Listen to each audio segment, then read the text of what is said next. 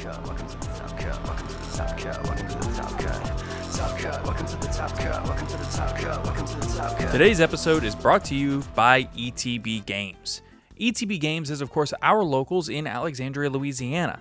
They are our one-stop shop for all of our card game needs. They have singles and sealed product for the games that you love, like Yu-Gi-Oh!, Magic the Gathering, and Pokemon. Of course, you can also find the accessories that you need, such as sleeves, binders, playmats, and more. And if you're into D&D, well, they have all of your D&D figurines, the paint for the figurines, dice, books, and anything that you would need to play. So be sure to check out ETB Games. There's a link in the description down below. And now, back to today's episode. Hello, everybody, and welcome into today's episode of the Top Cut Yu-Gi-Oh! Podcast. My name, of course, is Sunny. I am here with my co-host, Caleb. Hello. And our wonderful friend, Trevor. What's up? So, today we decided to change up the seating arrangements to accommodate Trevor. We were going to have him sit in the middle, but, you know, this is the iconic team. So, Caleb was the B, so he had to sit in the middle. So, Had to get the flow right. That's it. So, thank you all so much for joining us on today's episode. Of course, thank you to our sponsor who you saw an ad for a second ago, ETB Games, of course. And of course, thank you to all of our people that we work with for affiliate links, which are, of course, Dragon Shield, TCG Player. We have Millennium Threads. There's a link down below with a discount code, TOPCUT10 for 10% off. And of course, you can also try out, I'm going to miss it. Oh no. Gem accessories. I promise. I love gem accessories. That's not anything personal. It's just been a long weekend. So Yeah, I feel that. yeah. So Gem Accessories, of course, also has a link down below, and there's also a discount code for 10% off your first purchase through Gem Accessories website. Also, you can check out their new app for, they are running like some deals and stuff like that on their app. So be sure to check that out. Now, let's go ahead and get on into the Patreons. And I am so excited to get Trevor's reaction because we've heard a lot of these names a bunch of times. But Trevor, you haven't really heard these names many times. So I mean, I listen to the podcast, but, you know, sometimes your brain's kind of turned off. And you don't get to experience them all in that. Well, you're going to enjoy some of these, I promise. So Sounds good to me. All right, so a huge thank you to Cam Yang, Top Cuts, Trouble Sunny, and Caleb. Austin Johnson, Kane Martin, Marshawn Jones, Zyphorus, Yeet the Feet, AD, Ash Blossom, and Ash Joy and No Blossom. That's pretty good. It was Ash Blossom and No Joy. They changed it, I see. Knew it for the Catnip Lord Vader Cat Sith. You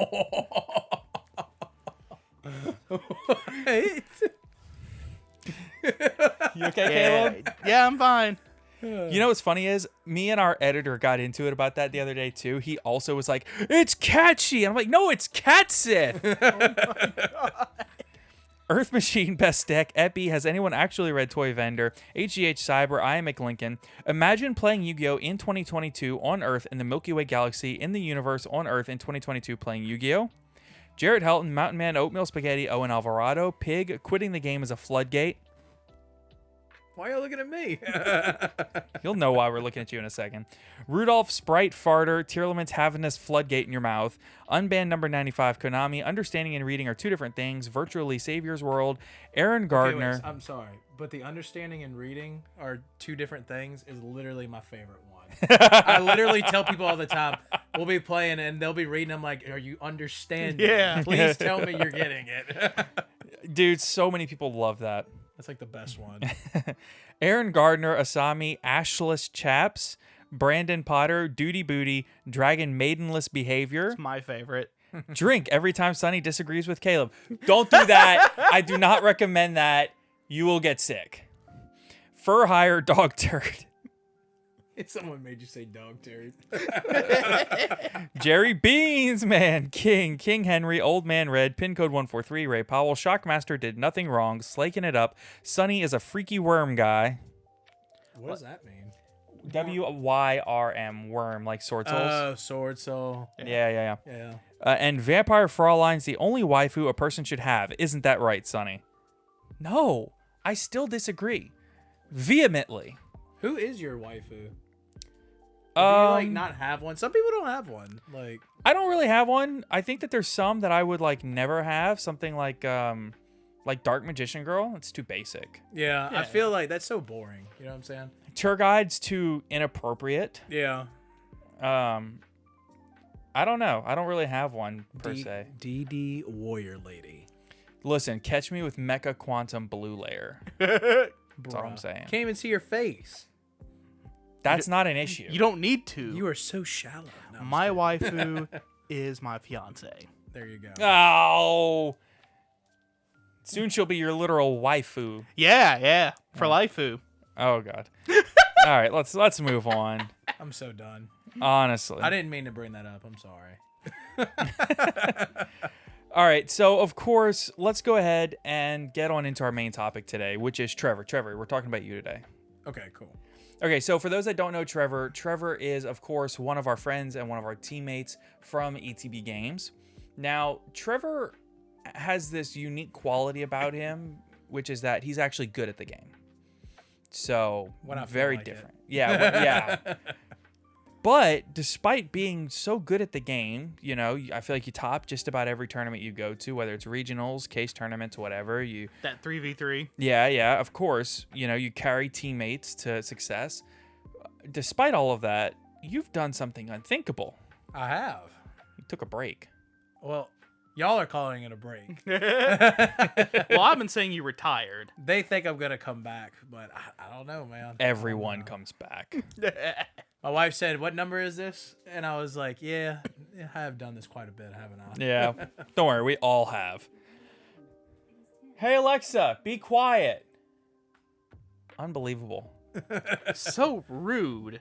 Just no, like, thinking of the fact that other people are doing something. You know she's not alive, right?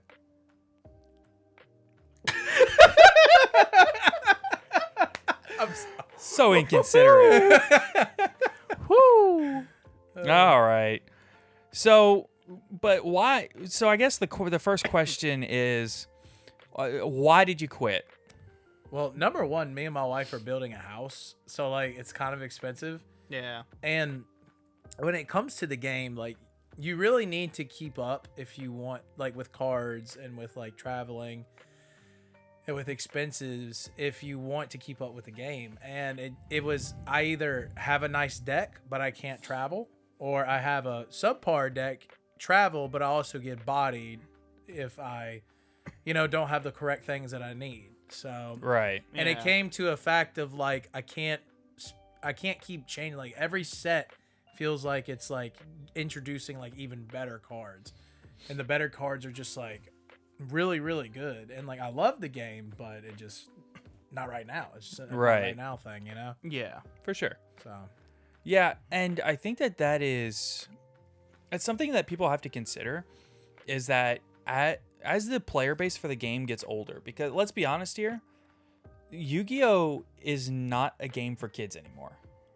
Hasn't been for a good while. very long time. Yeah, as much as Konami wants to like pander to that kid audience and like believe that it's for kids, it's just not. Yeah. This is a game that caters to the 20 to 30-year-old crowd more than anybody else. Yeah, just basically whoever was watching TV during the Duel Monsters era. Oh, yeah. 20 years Yeah, ago. definitely. Yeah. Yeah. Dude, have you gone back and watched it? It's really It's rough. horrible. It's so It's, rough. it's got its moments of just, I can't believe they did that. There's Yeah. a lot of like unwatchable stuff in that show. Yeah. Honestly. It's really cringe too. You know what I'm saying? Yeah, But yeah. Cora's the only one that's actually serious. Everybody else is just hanging out. Yep. Like he's consistently bad. You know what I'm saying? Right. So Yeah, and I think that's something that we all had to learn growing up, right? Is that like, yeah, the show was cool as a kid, but you can't. That's like one of the hardest parts of the learning curve of Yu-Gi-Oh! Is learning that the show can be cool and we not play the things that they play in the show because they're bad. yeah. Or like, just don't work the way they do in the show. Yeah, like could you imagine field spells actually doing like what they do in the show? Yeah. Oh my Some God. of that stuff was crazy. The part that bugged me was what, 15% bonus or something? Yeah. instead of a flat, they gained 200. It was Yeah, like and then the attacks were like what, like 19,200. 1560. It was like 19,000. Wait, I'm sorry, not 19,000. It's like 1,921. It's like what is happening? Yeah, the one that sticks in my head is 1596 because that is Killer Needle under Forest. That's crazy, Dude, I can't. Dark Duel Stories. I can't. Oh man. So what? So you gave us the reason that you quit. So what are you gonna do in the meantime? Because nobody actually quits. what? You guys just keep putting these little like seeds of like it's not done until I say it's done. It's like Walter White. It's like we cook until I say we're done, Jesse. I am the one who knocks. So what am I doing now? Number one, focusing on the house. Me and my wife actually have to go take her graduation pictures today, so I'm focusing more on that. Focusing on my health. I gained a little bit of weight playing Yu-Gi-Oh. It was weird. I lost weight playing Yu-Gi-Oh, but then I gained it back. So it's like, I don't know. It's almost like Yu-Gi-Oh has no correlation. I don't know, bro. Like the traveling and the stress and the food and stuff like that. And see, like, I'm okay at the game. You guys say I'm broken. I'm okay at the game. But some of these dudes, bro, they just like go to YCSs and they're like, they look so rested and they look like they're just like having a great time. I go over there, I look like a walking zombie. And people are like trying to tell me, how's your rounds? I'm like, and like my brain's so fried. It was stressing me out too. Yeah. But yeah, when it comes to like doing other things, like just spending more time with my family and my friends. I mean, obviously, I'll still come up here and you know play like Edison and like Goat format, retro formats. I still play that. Yeah. But I am picking up some forbidden fruit, man. I'm playing a little bit of Magic Pioneer. So Yeah. Trust me, I understand. It's crazy. I didn't actually necessarily like want to pick up and play Magic, but like I feel like all my friends that I play Yu-Gi-Oh with are all Shifting, yeah. they're all kind of like taking a break from the game, play some Magic for a while, stuff like that. And it's like, okay, well, I'll put together a Magic deck just to play. yeah, You know? hang out. Yeah. I mean, one of the advantages of like sticking to a specific format with Magic is that you can leave the game for a couple years and come back and your deck's still fine. Yeah, it's nice. It's really nice. You might have to pick up like one, maybe two cards here and there just to kind of upgrade a little bit. Yeah. That's But about it. That's a big issue with it's like, well, Trevor, you're quitting Yu-Gi-Oh and you're picking up some Magic, but the thing is this, like you said, like some sets you don't have to get certain things just because they have this, I don't know, great white card that's in this set. Like it might not go with like the deck you're playing. You know what so I'm you can saying? just Right. ignore it. It's just like, oh, like that's cool. Like my deck's still fine. It's not like what we have now. It's like every single set for Yu-Gi-Oh is just like crazy. You have to get the new stuff. Yes. Okay, hold on. To be fair, if you picked up Flunder at Burst of Destiny release Which I did. and kept the deck, Which I didn't. you could still be playing that deck, the same deck, Yeah. this whole time. So that also comes, I guess, like, And that's still like a top, like just below tier 1 deck. But the thing is, like with me, like I'm such like a tryhard. You know True. what I'm saying? Like I'm not trying to like sugarcoat it. Like I'm a tryhard.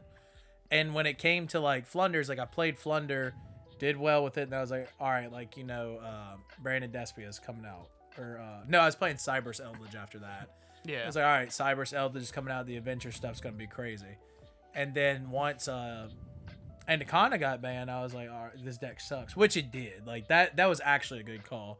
This deck sucks. I'm going over. Then I played Brandon Despia, and then I played Sprite, and it's just like, it's like I said, it's me like not being smart about my money. But you're right, 100%. I think we had that conversation too. I was like, bro, I should have never put down Flunderies. I should have never switched over to the newer decks, because like if you do like focus on your strategy and work hard, you can top with pretty much anything. Yeah. Well, not everything, but Yeah. you have to make a wise decision. Yeah. Now, right now, you play tier or you play something with tier or you lose. And anybody, I mean, that's not true. well, I mean, like you could play Exorcist, but like, they have D shifter. I mean, you could play Runic Sprite. That plays in no Yeah. tier cards. Yeah, but like that's Runic Sprite. You know what I'm saying? Like, Okay, tier but what is I'm like- saying is to say you play tier or you lose is disingenuous, because or disingenuous or whatever it's called, because you can play Tier, sure, but you can also play Runic Sprite. You can play Pure Sprite, which is also a topping deck. You can play Exosister. You can play Flunder. There's a bunch of decks you can play. But what deck gives you the best chance in North America? Like, I know, like, they have different metas and stuff like that around, because Utrecht, they made a good call, but like now Tier is about to get way, like, so many tools, you know?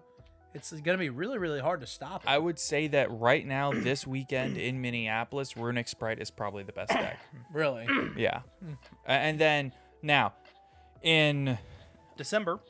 No. Or no, yeah, November. In November 4th, Magnificent Mavens releases, and all the Ishizu cards will be out. That's what I'm... I'm thinking ahead. You know what I'm saying? Like, I'm not even...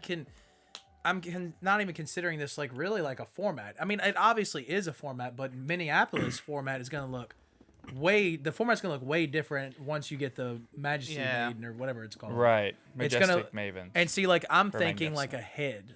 Like, yeah. You know? So. Yeah, and I get that. I do understand what you're saying.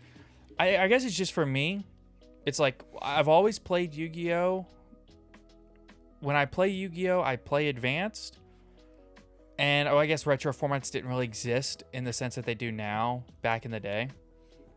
But it's like, you know, since I've come back to Yu-Gi-Oh!, I've played Advanced, and I'll dabble in retro and stuff, sure, and I'll dabble in Magic, whatever. But when I play Advanced, it's like I'm back home. Yeah. You know, and I'll just kind of roll with the punches. The game will get stronger, so will I, you know? So I guess that's just my thought process, but... And I went with that thought process for a while, but like I said, financially, it's just I can't keep up. Yeah. And if you can financially keep up, that's great. Like... Wonderful for you. Yeah, but me, like, the way, the level that I want to play at, I gotta have the newest stuff, you know? Yeah. So do you think that there's anything to be said for... like, I know personally myself... I've been on Sword Soul for 9 or 10 months now, and I still enjoy the deck, and I can still play it well. And you can tech it out to beat the meta. It's actually getting a lot of traction, too. Like, yeah. People didn't realize banishing that Katalos means a lot. Yeah. So do you think that there's something to be said for somebody coming in and playing a deck for a long time? Do you think that that's still like a viable strategy in Yu-Gi-Oh, right? Because if you go back to like TOS format, you could play Sky Striker for like a year. You know, you could play Orcust for like a year. Yeah. You know, you could play these different decks for long term and still be successful. But do you think that there's something to be said for in modern Yu-Gi-Oh right now, where they're releasing these game-breaking sets, not once every couple of years? Like, if you go back and look at retro, you can look at the release of sets like the Shining Darkness that changed Yu-Gi-Oh.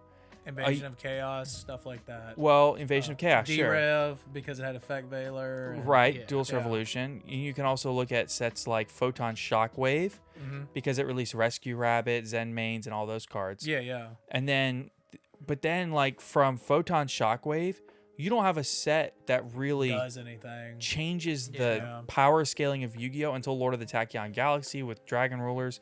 And then later you had Duelist Alliance, which is where you hit like new Yu-Gi-Oh. Yeah. Whereas now it feels like it's every year you get one of these. Every year? It feels like every month, man.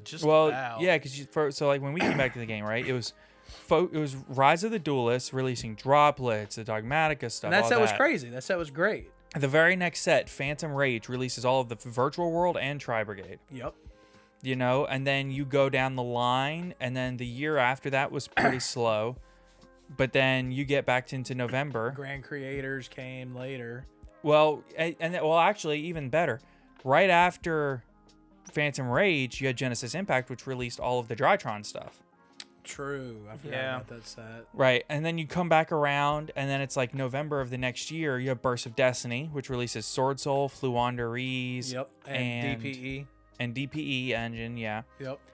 Then you go to the next month or so, and then it was January. You have Grand Creators, which releases, and that brings in Punk, Adventure, and Exosister. Mm-hmm. Then, as you go further on into the year, you have the release of even the Despia structure deck, which flipped the meta on its head on its own. Yeah. Yeah, exactly. and then Power of the Elements just comes right around the corner in August. And remember when we got the tins, we were kind of looking at each other and we're just like, man, like, there's nothing in here besides. I mean, obviously, Lightning Storm. Yeah, like Droplet, the Ash. it was just reprints. But the thing is, it's like the Flundery's cool. Despia stuff. I mean, yeah, sure. They were really, like the DPE and stuff like that. It's like we don't play this anymore. yeah, It's gotten to the point where they're power creeping things so quickly. Fast, yes, yeah. Yeah, they're power creeping them so quickly that even by the time they get back around to the Megatins, think about how bad the Megatins would have been this year. If there was, keep in mind, these are cards that did not release this year. They just put them in here to give the tin extra oomph. Yeah. Lightning Storm, Droplet. Pot of Prosperity. Well, Prosperity did release within the time frame for the tins. It was literally the only chase That's card. true. You have things like All the- Nibiru, Dark Ruler No More, All the hand D-Shifter, traps. all the hand traps, all the Ghost Girls, Ash, Ghost Belle, Ghost Ogre, etc. You know, you have all of these cards that weren't even released within the. I mean, they needed reprints, sure, yeah. but they weren't within the release cycle. So they're putting them in here to fluff the tins up because everything in there is not good anymore. It's all power crept except for exactly Pot of Prosperity. That's the only card in the tins that actually needed the reprint. And I mean, I guess you could say like other cards like Tri-Brigade Kit was like a $6 or $7 super or whatever, but And it's got an up rarity. right. Yeah. It's just like, sorry, that was a really random. Yeah. Dylan was calling me. I don't know why, but it's crazy because like I'm the kind of person like, you know, whatever. Like I'll pay the money, I'll get the newest stuff or whatnot. It's just like I can't keep convincing myself that this is going to continue to be a healthy thing because like okay, I spend like, you know, $100-something. I spent something like $100-something on, you know, the Fenris, like from what is it, Darkwing Blast? Is that what it's called, Fenrir or something like that? Kashatri Fenrir. Fenrir, sorry. Yeah. I spend that, but dude, like I kid you not, when I went to sell my stuff, I had, you know, evenly matched, triple tactics. I had pretty much anything you could want. Literally the Thursday that I was going to go, they released the set list for the Majesty. Magnificent Maidens. Magnificent Maidens. You just call it Mama. Mama? Yeah. Okay, so I'll call it Mama. And they released that, and I was like, wow, like my binder was really nice. Now my binder sucks, and I'm basically giving it away. It was literally a situation of Mama just killed a man. Yeah. Yeah, it killed me. Yeah. Well, I was supposed to go Tuesday, but then I had to work more. So then I went Thursday, and the dude, like, we were pricing out. He was like, hey, like, if you would have came on Tuesday, this what you got would have been, like, plus, like, $300 more bucks. Yeah. And, like, I understand that's the natural progression of the game. Like, you have to print cards to make it more accessible. But if you look at, like, Magic, they do it way less. Like, there's a card called, like, Stoneforge Mystic that's, like, searches, like, equipments, and, like, there's a lot of powerful equipments, and it's in Modern.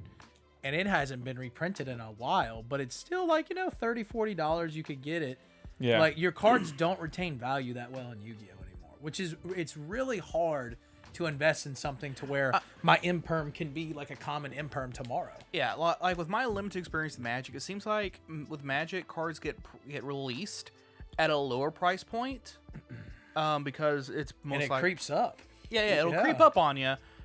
But then once it cycles out, then it's a 50-50 shot depending upon the individual card of whether or not it'll just drop to being a couple of bucks or skyrocket because, oh, now it's viable in Pioneer Or Legacy. Yeah. or Modern or Historic, Legacy. Yeah. Okay, Yeah. but I think something else that you have to consider with Magic versus Yu-Gi-Oh, and this is what I feel is one of the biggest shortcomings with Yu-Gi-Oh product releases versus Magic anyway. In Yu-Gi-Oh, you have, when a card releases in a core set, Pot of Prosperity is a great example. You look at it, it's got one secret rare printing. And then it doesn't get printed again for a year and a half. Maybe two. Pot of Prosperity was a year and a half, right at. Yeah, specifically. You know, Baron de Fleur, we're around a year now that card has not been released. Or that card has been released and not been reprinted. So you look at these cards, and it's just like, man, that's crazy. But the thing is this, dude, you know, one reprint. I'm sorry, I'm just really passionate about this because I just got like screwed sideways. It just sucks because like, Well, if they would do what Magic does, where Yeah. Magic, when they initially release a set, you can get the cards in the set as foils or as alt arts or as full arts, Yes. borderless, whatever. And then you can get like your full art borderless in holo. And then it's like, okay, well, you have 3 or 4 different ways that this card comes out of the initial set. release. Yes. Yes, By and it just tanks the price of a non-foil version of the card. By the way, In a good way. that's the way Yu-Gi-Oh does it over in the OCG. Where, Yeah. where Yeah, secrets yeah. are an ultra, an ulti, a secret, prismatic secret, and one or They call holographic rare, which is ghost rare. yeah, and then basically ghost rare. And they still retain decent value over there. Yeah. Like, it's not like the card's not gonna sell. It's like, all right, bro, like you could have Finn whatever it's called, Yeah. and you could have it in all these things, but it's just like, dude, like if I hold on to this Baron, it's like, man, this Baron is $130, and then just like it's literally one video away Yeah. from being 50. Yep. And it's just like, bro, I spent $100-something to get this card. It's just, and I can understand. It's like, well, you know, invest better, but it's hard. It's really hard. yeah. So Yeah, and that's one of my very biggest gripes with Yu-Gi-Oh!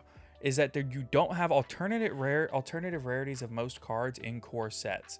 Caleb, I think you just pulled up the Kshatriy Fenrir. Yeah, it was a rares. rare Yeah. in the OCG. Yeah, it's a rare in wouldn't the that be OCG. nice? So, you look at these cards, and it's just... That's my biggest issue. Versus, like I said, in Magic, you have 6 different rarities that you can get a good card in. Dude, get this. Magic players don't care if it's shiny.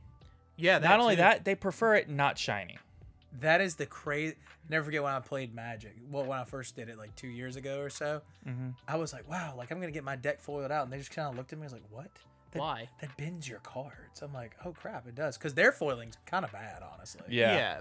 Part of that is, I think, because they foil the entire card and not just Yes, the and picture. it like sucks in. It's like, so really bad. yeah, so then whenever it bends, it's not bending just on the foil on the art; it's foiling on the entire card. Yeah. Yeah. It's like closing in. It's like really ugly. Yeah, I'm not going to sit here and say, I'm not going to pretend that Yu-Gi-Oh! Is a game without problems, because Yu-Gi-Oh! Has a ton of problems. Yeah. Every card game is going to have a ton of problems. That's just the nature of the beast. Yeah. But the thing is this, I'm not quitting because of like lack of love. Like I love this is my baby. You know what I'm saying? Yeah. I've been around for a while. I've had success, but you know, it is a good game. I just can't keep up. It just Yeah. is what it is. And the thing is, yeah, you can buy, you know, the Crystal Beast structure deck and play. But like Yeah, it's so funny, though. Like, I'm sorry, I'm not trying to cut you off. you're good. You're good. It's so funny, though, that the game is so expensive to play.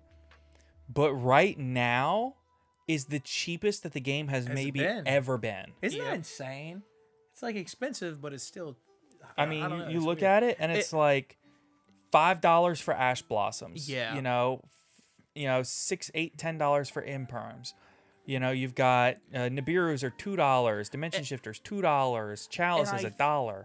And I think the reason why it feels like that is because all the staples are fairly inexpensive, But Right. engine. but the engines Engine is are insane. ungodly. And like Honestly, and like the sub engines. I don't know that I necessarily agree. Well, it also depends on which engine you get. What? What did you say? Okay, let's look at a Sprite engine. Mm-hmm. 3 blues, that's $150. Yeah. Alright. Which immediately prices the entire deck out of a lot of people. For a lot of people. Sure. And then you have 3 starters and 2 elves. That's like five. That's That's 15. just say that's $100 for that. Yeah, so it's well, no, 200. it's not even that much. Well, Like, elves are are like 20 apiece. 20, and 20 or starters 22. are like fives. Yeah, so it's about 55. So, Yeah. you know. So you're at like 205, and basically everything else is negligible. But the thing is this, like, wouldn't you want to optimize like your deck? Wouldn't you want to have like the highest probability of like seeing? Yeah. Like, Yeah, the Good the cards. other cards to optimize are negligible in price. yeah, I guess. The only card you can say that's not negligible is maybe Pot of Prosperity, and even those have just got reprinted down to $40 a copy. Yeah. Yeah, and I'm not saying that the game is like unfeasible, but I'm just saying No, like, it's not $1,000 just to play. But what stinks is like back in the gap, that was so much money, prosperities and stuff like that. And now you have your prosperities that you know, saved up for in the past, and it's like, dang man, like, you know, my card is like not worth that much anymore. Yeah, I don't think that would be as near as bad of a hit, but that's why Yu-Gi-Oh has probably the most aggressive reprint philosophy of all of the major card games. True. They really do, because there's a clock to reprint these cards before they lose meta viability, and also to go ahead and get more accessible copies to the player base, and it helps sell more product.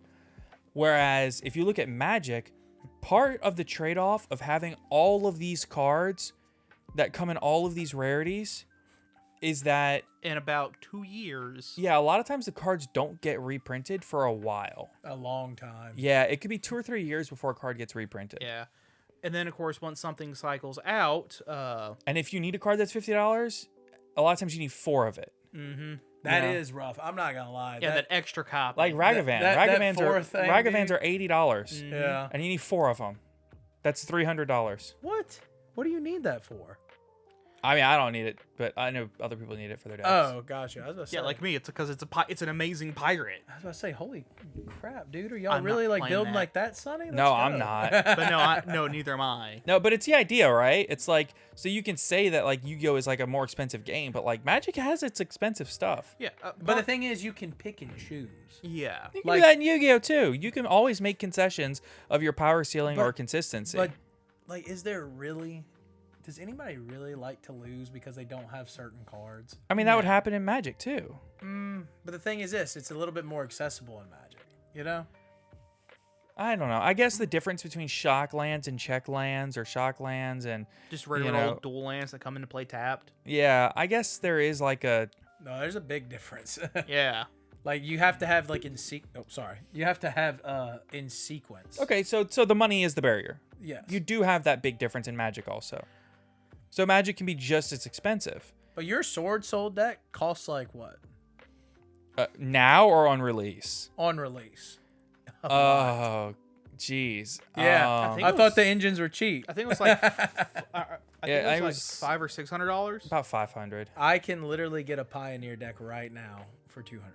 Listen, the Pioneer deck I want to build, and that's just building it from the ground up. Me having nothing is about $236. Yeah. But the thing is, the color schemes, Yu-Gi-Oh's mechanic is Archetypes. archetypes. Yeah. Color schemes for Magic, you have to stay within the color scheme. Yeah, Like, once you get like lands and stuff, like Yeah. you'll have a third of your deck always forever. Exactly. Like the colors follow a certain thing. Blue is drawing and counter. Red is burn. White is life gain and exiling their stuff and like creatures. White is the color of removal. Yeah, exactly. And green is creatures, and black Creatures and kinda, mana ramp. Yeah. yeah, and black kind of just does everything but worse. Yeah. Yeah, it's got removal, but it also has infect. Black also does a lot of infect. But what I'm saying is, it would be like in Yu-Gi-Oh where you have like, but like every creature in green follows into that. Everything in white follows into what white does. Right. Like Yu-Gi-Oh, it's like you have these archetypes and they follow it, but like it's kind of like the reinforcement of the army thing. Now every deck has a reinforcement of the army. Right. Yeah. Like Every deck gets an every deck E-tally. has a monster born. Every deck has a great extender. Every deck draws a card now. They are literally just making it to where the decks just do the same thing. It just, looks a little just bit in cooler. just an ever so slightly different way. Yeah. Yeah, I guess there's fairness to that, but I mean, when you think about it, like, right, if all the Yu-Gi-Oh decks do the same thing in slightly different ways, but like the magic like different Magic decks kind of also do all the same thing in slightly different ways, just That's within fair, your yeah. color columns. Yeah. Yeah. We should probably get like a Magic the Gathering pie chart, Yeah, that would go good right here. Just a nice little. so we can just go. Here's the colors. Here's All the right, chart. so- Consult the chart. Let's do some let's do some mailbag questions. I think we have time for quite a few of them, and we have a bunch of questions to ask. Oh, good. And I told people that we were like talking about Magic and Yu-Gi-Oh, so we have like Magic questions too. Nice. I will try my best. Okay. I'm not like this a one. master. This one you can definitely do. With the existence of a tour guide, a beat cop, and a muckraker from the underworld, is there a mayor from the underworld or other municipal figures from the underworld? Yeah, for sure. There's right? gotta be. I mean, have you seen that bus? That bus is full of stuff. You know. Yeah. That's what I'm saying. Yeah, and then the fact that there are police people with beat cop, Yeah. that suggests a centralized government of some kind. You're right. Were y'all around for when Beat Cop first got released? Yeah. No. Everybody. So you were. No, he wasn't. No, but I picked one up because they were only $1. Oh, gotcha. I remember when that first. Everybody would like just. It was just the weirdest card. And then like whenever I realized that like you could protect Mystic Mine with it, I was like, I hate this card. Yeah. How does the power creep in Yu-Gi-Oh compare to that of Magic, and which is more sustainable? Magic is definitely more the more sustainable one. Yeah, for sure. because Alternative formats. alternative formats like I play Pioneer, which is like from 2012ish, 10ish, 2014, I think. 2014. Oh, okay, so it's I like think. you think okay, Yeah, so, I think it's Amonkhet. gotcha. I think. 2013 to 15, somewhere in that range. 2013, Yeah. So it's from that point to the point now, which is only like 10 years, Yeah. Yeah. But Yu-Gi-Oh is from like day one to now. Back in 1996. And Which the in thing Magic, is- that would be vintage. Yeah. Well, the thing is with like Yu-Gi-Oh, it's like the cards have to keep getting more powerful. But in Magic, you can just like ignore a color that comes out. Like right now, they have a card that just came out of I think it was Dominaria. It's like a 5-drop like enchantment that has flash, which basically means it could come in at any point. It's quick play. Yeah, and it's white. And like I play Azorius control, and we play like smaller spells to counter the opponent, put stuff on the board. You would think because Azorius has white in it, I would play that card because the card's really good, but I don't have to because I'm only playing 2 colors. Yeah. Yeah. Not only that, Magic can also keep a much tighter control on its actual card design because of the cycle where every couple of years a set comes out of rotation. You can't play those cards from that set in Standard. Yeah. So that kind of gives them a little more control over Standard, which overall gives them more control over everything that gets released. Yeah. Period. The other counterpoint is that in Yu-Gi-Oh, the power creep is only sustained by the all-encompassing ban list, and Exactly. the ban list is the end-all be-all, and they are way more aggressive with the Yu-Gi-Oh ban list, just like they're more aggressive with reprints. Yeah. The Magic Yu-Gi-Oh ban actually. list is. Oh, sorry. No, I was just saying the Yu-Gi-Oh ban list is like they're really aggressive about hitting stuff. They'll hit something within 4 months. Magic will let stuff hang, dude. They just banned like a card that basically like blinks. I don't know if everybody knows that. It like basically like makes your say like in Yu-Gi-Oh, it basically would take them, put them in the banish pile, and then resummon them. Literally and they would all Zelantis. trigger. Yeah, literally Zelantis, where he blinks Yeah, the entire that guy. field. Oh, we've had that for like since like 2000, like when Ikoria was out, like 2019, Oh, yeah, no, I'm reading. 20 or Oh, so. yeah, no, I'm reading one in my pirate deck that blinks a card, and if it was a pirate, I draw a card. Yeah, there you go. Yeah. Like, see, that's the thing. Like, they'll let stuff hang, but eventually they will ban it. I will say they're a little bit more passive. Now, there's sometimes where Magic is like, nah, that's not okay. Yeah. Like Little Teferi and I can't remember what format it was. I think it was Standard.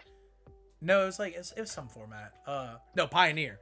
It basically like made like where your sorceries, which are way more powerful than your instants, which are like kind of like counter traps in Yu-Gi-Oh. It made it to where you could activate them on your opponent's turn, so you could like board wipe your opponent on their turn. It'd be like having a monster that lets you activate normal spells in your opponent's turn and spell speed 2. Yeah, so like I Yeah. can change a heart, your creature. Regeki. Yeah, exactly. Oh, wow, you just set 5. Cool, lightning storm them. But they want to. But the thing about Magic is, like Sonny said, they try to keep it controlled. Yeah. They noticed that was breaking a game mechanic. You shouldn't be able to activate sorceries on my turn. Yeah, that was sometimes they'll even straight up admit, we made a mistake printing this card. And We're they sorry. give you articles and everything. They're like, hey, this is insane. Sorry. Yeah. Yeah, that's like the best thing about Magic to me is that there's actual communication between the company that makes the game and the player base. Yeah, they're like It's constantly crazy. putting out stuff. Yeah. But I think part of that also with the communication also kind of has to do with the fact that Magic the Gathering has an active storyline going on behind it. Yeah, that is true. Yu-Gi-Oh is just kind of floating. It's just like, yeah, we're just gonna make up like cyber girls with like, you know, like And then, suspicious clothing. It's just Yeah. like, all right, like, And then put a storyline in the background of the cards. Yeah. Like with Aluber the Duber Boober. Which format do you think is more balanced, Commander or Yu-Gi-Oh in its current format? Commander is insane. Have you ever been infinite looped on Yes. like any point of the Turn game? 4. A Commander. Okay, I've never played a game of Commander. I refuse to play Commander because it looks intimidating as all get out. Like, And dude, the Commander players get so excited when stuff happens. They're like, "I just went infinite combo." Like, nobody Great. cares. yeah, I can't do that. Like the idea, we were at the card shop for the sneak peek event like a couple of weeks ago, and I'm sitting there, I'm playing a little Edison, we're just enjoying ourselves, you know. I look over and there's a table of 8 people playing Commander, and this one person was just sitting there playing on their phone, and then like somebody would do something and they would look up from their phone and like be like, okay, yeah, I don't have anything, and it's like. It takes It's it like ver- 15 minutes It's for it to very get back boring. around to it's your very turn. boring to me. It sounds horrible. If you have a bunch, if you only have like 4 people, it's That's pretty fun. yeah. But like the infinite looping and stuff like that, the cards are so broken. There's a combo that I've seen somebody pull off where they played a Tefriti card where it blinks them until their next turn. Yeah, you could like blink yourself and like make yourself hexproof and like, Yeah. you can't be affected. Imagine that in Yu-Gi-Oh. I can't take like But hold on, and then any spells. but then he also blinks his board except for one card and gives it hexproof to let you skip a turn. Mhm. So his turn to blink himself back would never come. So he's just out of the game. He's out of the game but still in the game. But no one can touch him. What? So he wins. He's already won. That's the dumbest. See, okay, so I would say that Yu-Gi-Oh is way more fair than Commander. Yeah, I think Yu-Gi-Oh is way more balanced than Commander. Because you can't literally make yourself invulnerable to everything. Yeah. Yeah, like you have the existence of things like hand traps that help balance the game so much. To be fair, though, Commander really is not. Anybody that wants to tell you Commander is a competitive format is literally lying. Yes. Like, it's not. It's all for fun. It's all for giggles. Yeah. That's why they have cards that are specifically for Commander that Yeah. you cannot play in other formats. Yeah, like Jeweled Lotus. Could you Yeah. imagine adding 3 mana to your mana pool just Oh, off of a gosh. 0 artifact? Yeah. Just 0. Oh, I got 3 mana. Yeah. Yeah. And then there's another card that's just a land that taps for any color that your commander has. By the way, in Commander, you're only allowed to play cards that match your commander's colors. Yeah. So if you play a Commander that's like 4 colors, you can just play like 4 colors. Yeah. Yeah. That's stupid. There's actually a 5-color commander deck. That's stupid. Yeah, it's really agitating. But I would say that Modern and Pioneer are like the Yu-Gi-Oh formats of Magic. Yeah. Pioneer just kind of got started up, but Modern is insane. Like Modern's so crazy. Which set style do you like better, Magic or Yu-Gi-Oh? I think it's Magic, and I don't even think it's close. Yeah. I talked about this earlier when I said that like I like the way that Magic releases cards Yeah. in like 3 or 4 or 5 different rarities within the set. Also the artwork, dude. Like Oh, the artwork yeah. is it's demons and angels and like crazy stuff, you know? I actually have a funny thing to say that, so remind me about that. Remind me in a second. But something else I really like about Magic is that they Hey, actually Caleb, don't forget about the demons and the angels and stuff. they actually like tell you who did the artwork on the card, Yeah, yeah. which is great. Credit to the artist is really cool. Yeah. The thing I was about to say though was that originally Yu-Gi-Oh was originally called Wizards and Demons, and it was just a Magic clone without the lands, because so like Summon Skull was just straight up Pit Fiend. That's Just funny. straight up, but then they kind of changed them a little bit before they finally got into the Bandai Namco cards, which are the weird looking ones. Yeah. Yeah, and then eventually they settled on the The current Yu-Gi-Oh style. not quite. They had the one with the where it had the text Yeah, box on the yeah, left yeah. and attack and defense on the right. Then they kind of went, yeah, we need more text. So that's Yeah. what it is now. Angels and Demons? What about angels? That was it. That was Oh, the thing. okay, Yeah, okay. yeah. I was telling you the original name of the game Okay. of Yu-Gi-Oh was Wizards and Demons. Gotcha. Do you prefer Yu-Gi-Oh's lack of cost to play most cards and cost restrictions only being put on the powerful cards or themed cards? Yeah, I do. Yeah. Caleb sounds like he doesn't, but Because it gives an advantage. There's an advantage and a disadvantage to it, but the advantages outweigh the disadvantages. Wait, say that question again. Like I'm trying to. do you prefer Yu-Gi-Oh's lack of cost to play most cards and cost restrictions only being put on powerful cards or themed cards? Dude, that's one of the biggest problems with Yu-Gi-Oh! Is like there's no like mana pool or anything like that. Yeah. It's just Yeah, but that's also the best part about Yu-Gi-Oh! Is that I'm not dependent on drawing a bunch of bricks to play the game. I think we talked about this. We did. It's just like it's just pot of greed. Oh, that's crazy. Delinquent Duo, Grace Check. Yeah, they're banned for a reason. Yeah. But the thing is this, like, or Magic doesn't have to have. You know, we actually have like so many cards that are Graceful Charity and Magic. Yep. It's absolutely insane. And but it's not that great. Like, Yeah. it's crazy. Like a great example actually is a card I have in one of my decks called Chart of Course. 1 blue mana, draw 2, and then discard if I have an attack this turn. But that's neither here nor there. Yeah, but like the thing is this, but you have to meet a certain requirement to do that certain thing. And you also have to like plan it right because if you tap your mana because you're playing blue, obviously, because you're drawn, you can't counter your opponent whenever they do stuff. There's a lot more thought process in that sense. Now, Yu-Gi-Oh, you have to have a ton. I'm not saying that game isn't skillful. That game is insane. You have to have a ton of foresight. You have to have a ton of problem solving to get through certain things. It's like there's so many hoops you have to jump through. But I also don't like the fact of you can't look across. Sometimes yes, you can look across the tables like, man, I'm going to win. But then somebody just gets that crazy like Yugi Moto off the top deck, and it's just annoying.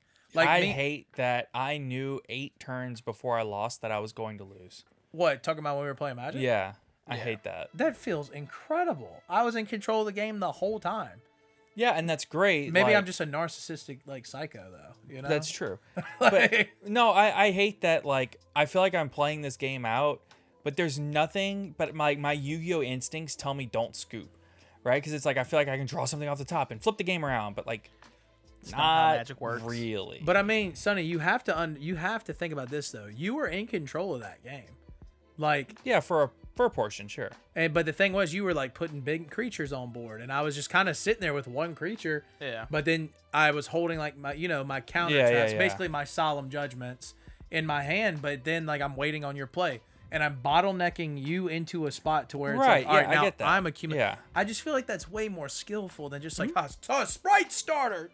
You Yeah, idiot. but then there's like a skill level to understanding, okay, well, I do or I do not Ash Blossom this. I do or I do not Droll this. I But do it's or I do so not do this free. here. Yeah. But there's so much thought that has to go into But when the you're going reason to why interrupt. the game's in a bad spot, Ash Blossom used to be insane when you activate it. They have to power creep everything to where you could play through an Ash Blossom, you could play it through a Nibiru. That's why it's all the more skillful. Because you have to understand the proper places to do these things. I mean, Otherwise, it's you have to literally understand the proper useless. stuff for Magic too. Like, Yeah. you have to. Do I put up this Merfolk right now, or do I hold my counter spell so Sonny doesn't kick me in the face with a 5/5 dinosaur With haste and trample. like? Yeah. It's stuff like that. You got what I'm saying? Yeah, but then of course the issue is that with Yu-Gi-Oh, even if you Ash in the correct spot where it is objectively the correct place thing, there, yeah. they'll just kind of shrug, play this other card, and just keep going, like nothing happened. Maybe we need to play more impactful cards like Droll. Well, that's the But thing. the thing is, you could also play around Joe. Starter plays around Joe. Brandon Opening plays. They just keep. Konami is doing it, and they have. But the thing is, they have to. If they don't, then the game's just gonna like continue to stay. It's going to stagnate. And it's gonna die. You know. Yeah. But I like that I can look across at your field. Let's say me and you were playing a control matchup against each other. We're both playing Azorius control. I see you got 2 mana up. You know, you have a counter spell most likely because you're playing Azorius control. Yu-Gi-Oh, you can't see that. You could cheese a lot of people with, I play this 1 Monster Reborn.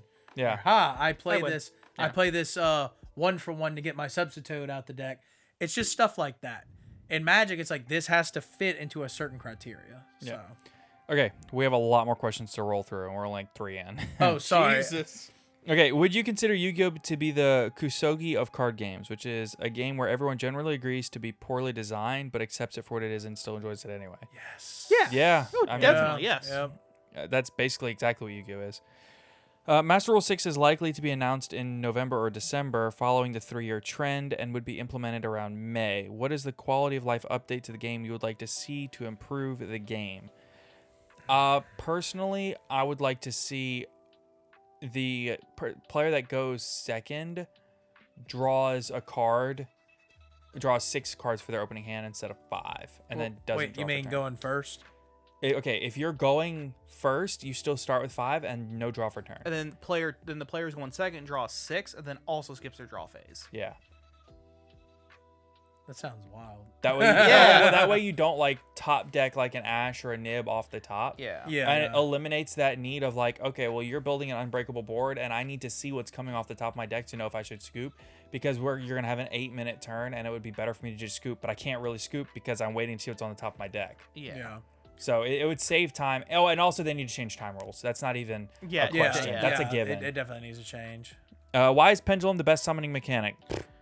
It's not. you for around? a bunch, it's not for a bunch of reasons. At the beginning, it was. It's Oh my free. yeah, God, at the yes. beginning it was, and then they had to I- nerf it into the ground. I remember whenever Pendulums first came out and I saw the mechanic function, I just kind of rubbed my temples and went, this is so broken. Yeah.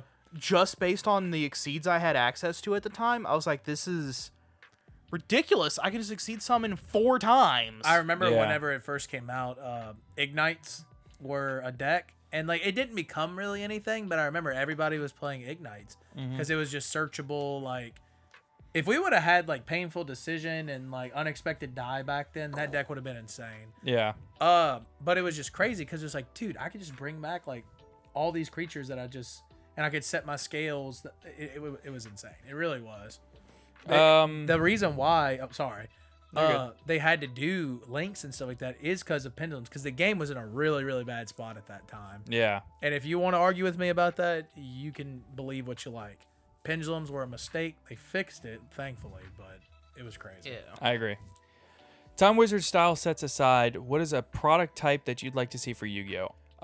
Yeah, aside from Time Wizard style sets, I would really just like to see Yu-Gi-Oh have a way to do like a 60 card core set. I think that there's so much fluff and pack filler in these sets that's just useless. Yeah. Just give us either like 60 to 80 card sets, maybe like 75 might even be a good compromise, and just give us like A higher likelihood of pulling something. Cut Yeah. out the garbage.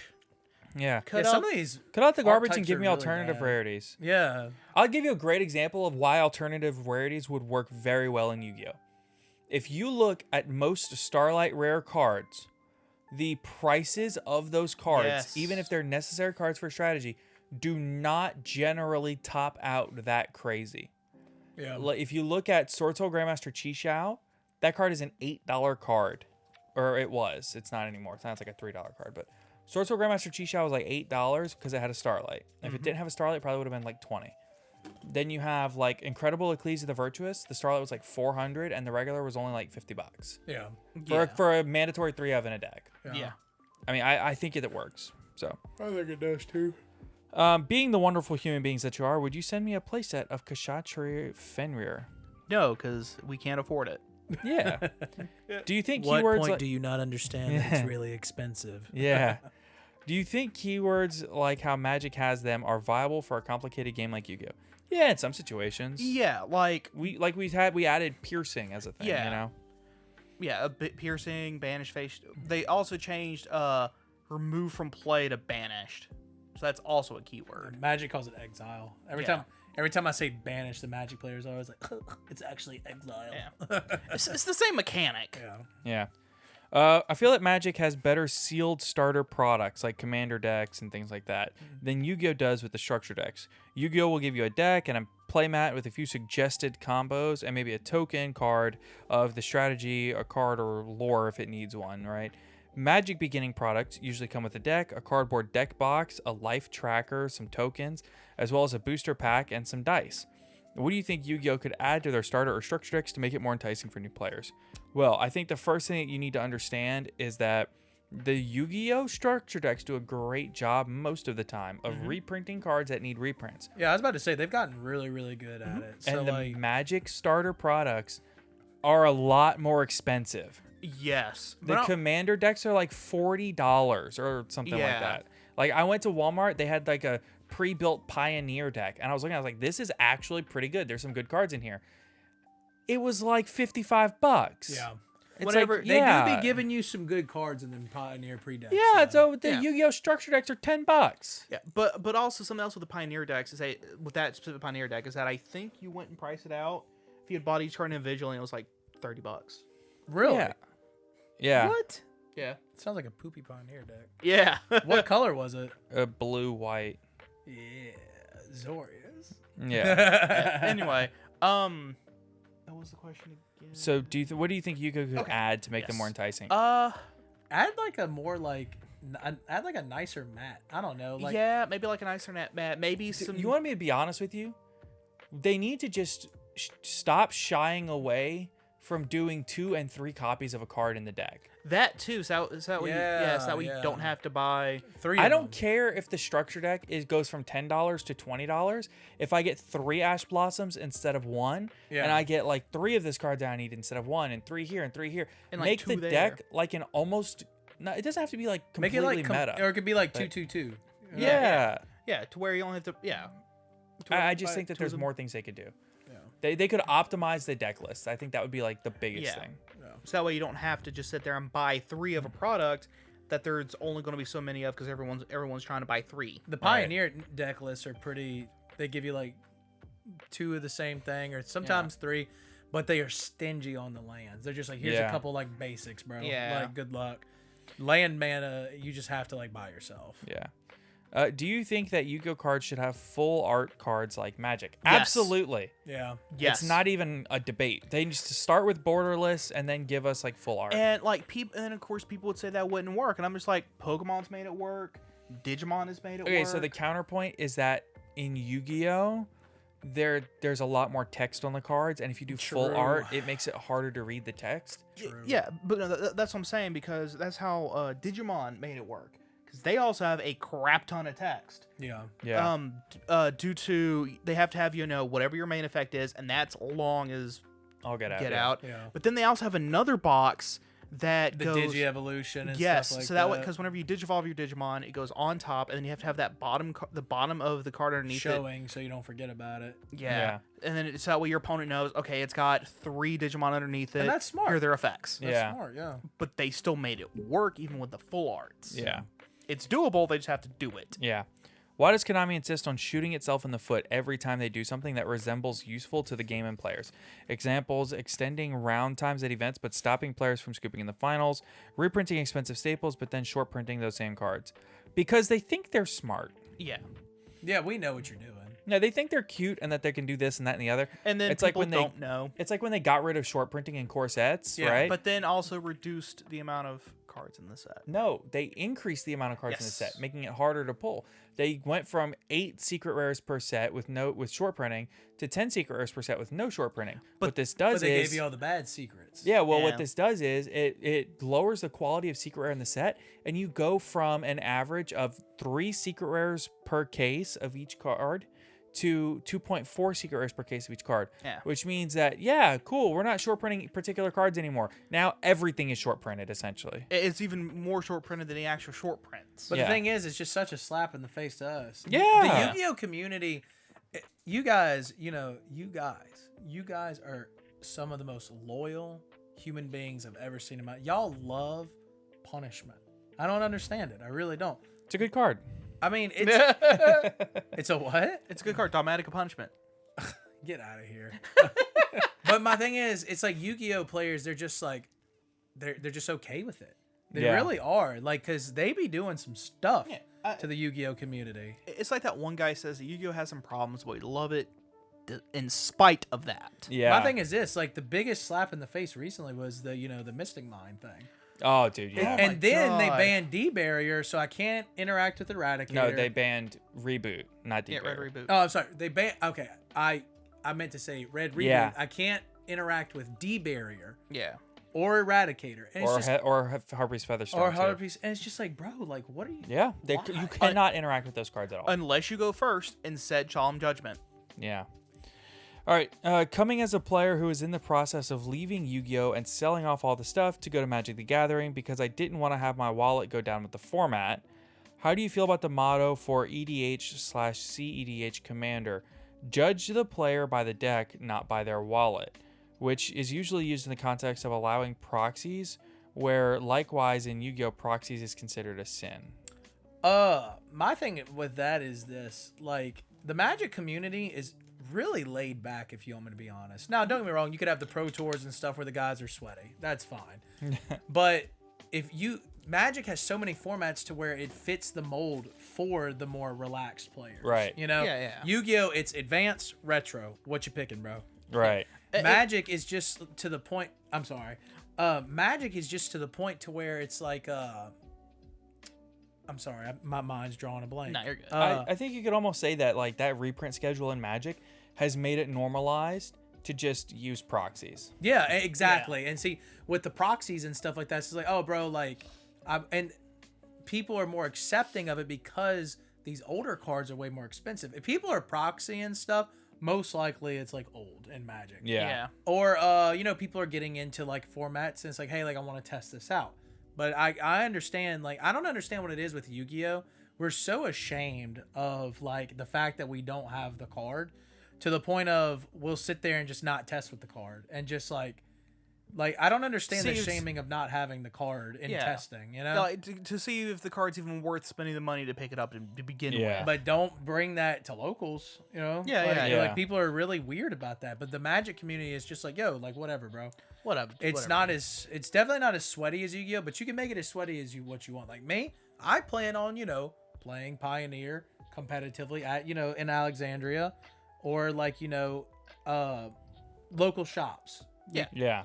But the thing is, like, it's nice because the deck doesn't I don't have to keep spending money on it. I pay my money, I have my deck, and like Caleb said, the deck's good for 2 or so years. And or even longer. And the thing with proxies and stuff like that is like it helps you figure out what you want to do. So Yeah. Do you think Yu-Gi-Oh! Should put codes in their packs like Pokemon or Magic does to get packs on Master Duel? Yeah. Yeah, definitely. I'd love to get some more value out of that $80 box that I bought yesterday that I pulled a Lady of the Labyrinth and a Muckraker from the Underworld. Please. Yeah. When is Konami going to get a musical artist to promote their products like Post Malone and Magic? They're not. Literally never, because it's not Konami's thing. They don't like having ambassadors after what happened with that. Yeah. They don't like having brand ambassadors after like what happened with that soccer player. Yeah. Wait, what? There was a soccer player that was a brand ambassador for Yu-Gi-Oh! EU. He's like one of the biggest soccer players in the world. And he was the brand ambassador for Yu-Gi-Oh! For like, I don't know, like a month. And then a video came out of him being super racist. And they had to cut all ties with him. Yep. I had no idea that was a thing. Yes. Yeah. Yeah. But also Magic has kind of done this.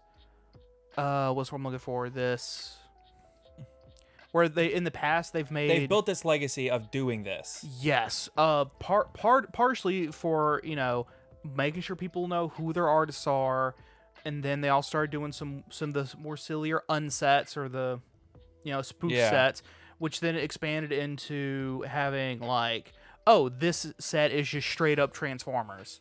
Yeah. Like Optimus Prime is a card. They do crossovers with other bigger media universes frequently. And then sometimes they've done Strixhaven, which was the Harry Potter one. Oh, yeah. Yeah, and they did The Walking Dead? Yeah. That was like one of the biggest complaints because you could play that in like Commander and stuff like that. But then like I said, because then they do these crossovers where sometimes they make new cards just for them. Like with Transformers, they even made a whole new keyword for them. Yeah. Oh, did they? Yeah, more than meets the eye. But see, that's the cool. that's funny. That's the cool stuff. And then that's so cool. Yeah. And then sometimes they'll do crossovers where it's just alternate artworks, like the Post Malone card. Yeah. Where it's an alt art of what's the name of it? Post Son of Rich. Kirk. Yeah. It's a redo of Kirk, son of Yawgmoth, and then it says at the bottom what the card really is. Yeah. And they just copy the text. But isn't that the coolest thing? Yes, it is. It's very cool. Yu-Gi-Oh! Need to do that. That's one of my favorite draws about Magic. Is that they actually do cool stuff. Yeah, like one of my favorite things they've done recently was the. All right, we're 5 minutes over and we have 3 questions left. Yeah, it was sorry. Real quick, I really love the D&D set they did, especially with the dungeon mechanics. Yeah. Okay. Do you think running Kshatris as splashable is cope or viable? I think it's viable in certain decks, and other decks it's cope. I think it's viable with exactly Fenrir. Yeah. What's your thoughts on the tempo of Magic and Yu-Gi-Oh? As they are very different because for the most part, because of resources such as mana in Magic the Gathering that cause general games to start slow and ramp up over time compared to explosive 3-turn games in Yu-Gi-Oh. I think that Yu-Gi-Oh has way more back and forth than people give it credit for. It's just that the back and forth takes place over 3 long turns rather than 30 short turns. Yeah. But Magic is great because like you can like grind your opponent down. Like there's actually a control strategy to Magic. Like, Yeah. So. Yeah, there's a control strategy to Yu-Gi-Oh too. Yeah, but I mean... And there's a way to play against that control strategy. Yeah. But with Yu-Gi-Oh, it's just like it's so much more impactful whenever you blow a control player out. Yeah. The Magic, it's like I can't activate an evenly match on my dude's lands and stuff, you know? Yeah. I mean, Magic has cards that like wipe the board and stuff. Yeah, but like you have to meet a certain criteria to actually activate it. Yeah. Like you have to get to 4 mana before you can do a sweeper, which is like a dark hole in their format. Yeah. But then of course with Magic you also have it also allows for a concept of a weenie deck where you're just where your deck's just full of a bunch of cheap dudes who are like 1/1, 1/2, 2/1, 1/2, 2/2. Yeah. Sometimes a haste, and then that becomes a problem because then instead of having to sit there and ramp up, just right out the gate you're hitting your opponent. Yeah.